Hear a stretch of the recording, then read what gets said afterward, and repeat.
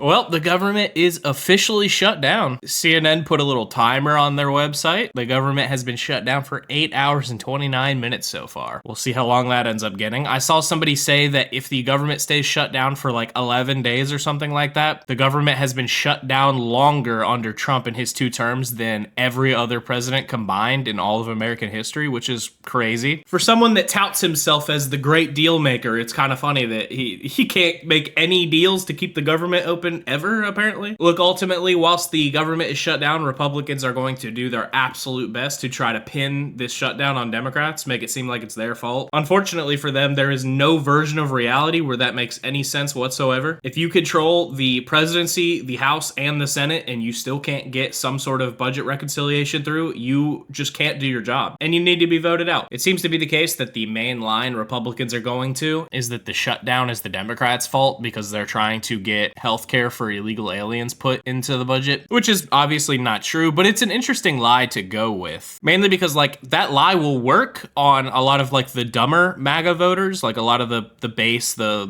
hardcore MAGAs. It'll work on them because they're usually pretty stupid. They just needed to come up with some lie that they could go on TV and say over and over so they could try to pin blame on anyone but themselves. But at the end of the day, if you have a Republican president, a Republican-controlled House, and a Republican-controlled Senate, and you just absolutely cannot get any sort of budget, anything passed, it's just because you're terrible at your job and you shouldn't be governing. You have no business being an elected representative. If you have that much control in government and you can't get anything through, you're trash. You're just garbage. But anyway, none of that really changes the fact the government is officially shut down. And whatever you do, do not let Republicans convince you that this is anyone's fault but theirs.